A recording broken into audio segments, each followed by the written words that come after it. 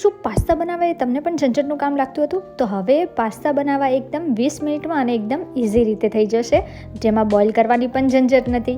તો હવે રેસીપી જોઈ લઈએ. તો અહીંયા મેં જે પાસ્તામાં શાકભાજી લેવાના છે એ બધા પહેલાં હું કાપી અને રેડી કરી લઉં છું. તો મેં પહેલાં ગાજર, કેપ્સિકમ, ફણસી અને ડુંગળી લઈ લીધી છે. હવે બીજા કયા શાકભાજી હું લઉં છું એ પણ હું તમને જણાવી દઈશ. તો શાકભાજી આપણે હવે આગળ જાણીશું. ત્યાં સુધીમાં હવે આપણે આજે બનાવીશું કુકરમાં પાસ્તા. તો કુકરની અંદર થોડું તેલ એડ કરી તેલ ગરમ થાય ત્યારબાદ તેમાં આપણે ઝીણું સમારેલું લસણ, ઝીણું સમારેલું આદું અને ઝીણા સમારેલા મરચાં એડ કરી અને આપણે 2 મિનિટ માટે સોતે કરી લેવાના છે. હવે આ સોતે થાય છે ત્યાં સુધી જો તમે મારો વિડીયો પહેલીવાર જોયો છે, મારે ચેનલ પર પહેલીવાર આવ્યા છો, તો પ્લીઝ મારી ચેનલને સબસ્ક્રાઈબ કરો અને નવા વિડીયોના નોટિફિકેશન માટે બેલ આઇકન જરૂરથી પ્રેસ કરો અને વિડીયો ગમે તો લાઇક કરવાનું ભૂલતા નહીં. તો હવે એની અંદર આપણે બધા શાકભાજી એડ કરી લઈએ, જેમાં પહેલાં તો આપણે ડુંગળી એડ કરીશું અને ડુંગળીને એકદમ સોફ્ટ થાય ત્યાં સુધી એને ચડવી લેવાની છે. હવે 3 થી 4 મિનિટમાં આપણી ડુંગળી સોફ્ટ થઈ ગઈ છે. તો બધા શાકભાજી એડ કરી લઈએ. શાકભાજીમાં અહીંયા મેં ટમેટાં, ગાજર, ફણસી, કેપ્સિકમ અને મકાઈના દાણા લઈ લીધા છે. એને પણ આપણે મસાલા સાથે એટલે કે તેલ સાથે સરસ રીતે મિક્સ કરી લેવાના છે. હવે તેલ સાથે સરસ રીતે મિક્સ કરતાં થોડી તો વાર લાગશે ને, એટલે આપણે મિક્સ કરી લઈશું પહેલાં બધા શાકભાજીને. અને જોઈને જ મન થઈ જાય છે કે યાર શાકભાજીવાળા પાસ્તા હોય તો કેવી મજા આવે. તો હવે એમાં આપણે બધા મસાલા કરી લઈએ. તો અહીંયા મેં મીઠું, pizza and pasta sauce add કર્યો છે, લાલ મરચું પાવડર, હળદર, ધાણા જીરું એડ કરી એને આ મસાલા સાથે સરસ રીતે મિક્સ કરી લેવાનું છે. તો મસાલા પણ સરસ રીતે આપણે મિક્સ થઈ ગયા છે. પરંતુ હા, મને તો પાછળથી યાદ આવ્યું કે અરે યાર મેં ટોમેટો સોસ નાખવાનો એટલે કે કેચઅપ નાખવાનો તો રહી ગયો. તો મેં એમાં 2 થી 3 ચમચી જેટલો કેચઅપ એડ કરી દીધો છે, કારણ કે બાળકોને શું છે કે કેચઅપ વાળું હોય ને ત્યારે વધારે મજા આવે છે. અને જો પાસ્તા છે એકદમ બનાવી અને ત્યારે આજે શાકભાજી હું એડ કરું ને મને શાકભાજી જોઈને જ પાસ્તા ખાવાની મજા આવે છે. તો અહીંયા મેં 1 વાટકી જેટલા પાસ્તા એડ કરી દીધા છે. આ મેક્રોની પાસ્તા છે, તમારી પાસે કોઈ પણ પાસ્તા હોય એ તમે લઈ શકો છો.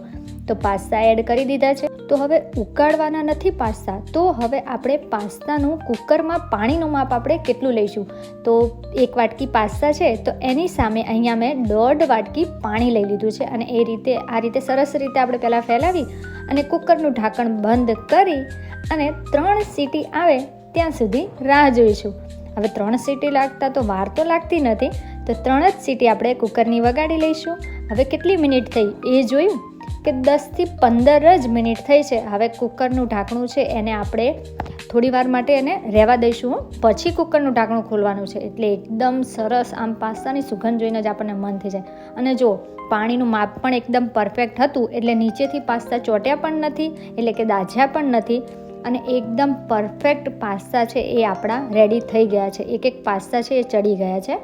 હવે અહીંયા મેં જે ચીઝ આવે છે ને એ એડ કર્યું છે. ચીઝ છે એ ગરમ પાસ્તામાં એડ કરજો, એટલે જે સરસ રીતે એકદમ મસ્ત ટેક્સચર આવી જશે ને પાસ્તામાં, એ જ મજા આવશે. અને મારા બાળકોને તો ચીઝ છે એ ભરીને નાખો ને તો જ વધારે મજા આવે છે.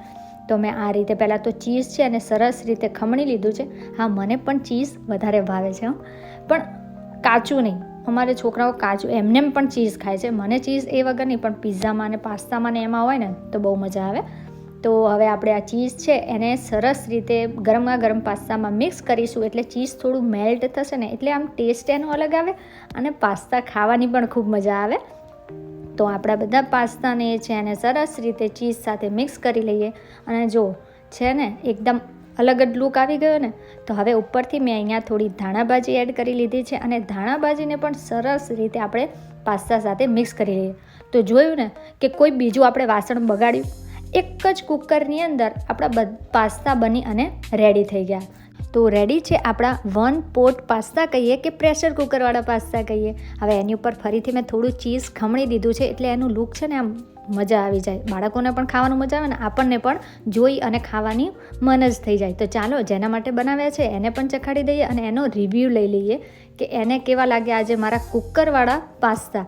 તો એને તો મજા આવી ગઈ. એ કે મમ્મી તમે પણ થોડા ટેસ્ટ કરો, અને મને પણ ખૂબ મજા આવી ગઈ. જો તમને વિડીયો ગમ્યો હોય તો લાઈક કરજો અને હા, મારી ચેનલને સબસ્ક્રાઈબ કરવાનું ભૂલતા નહીં.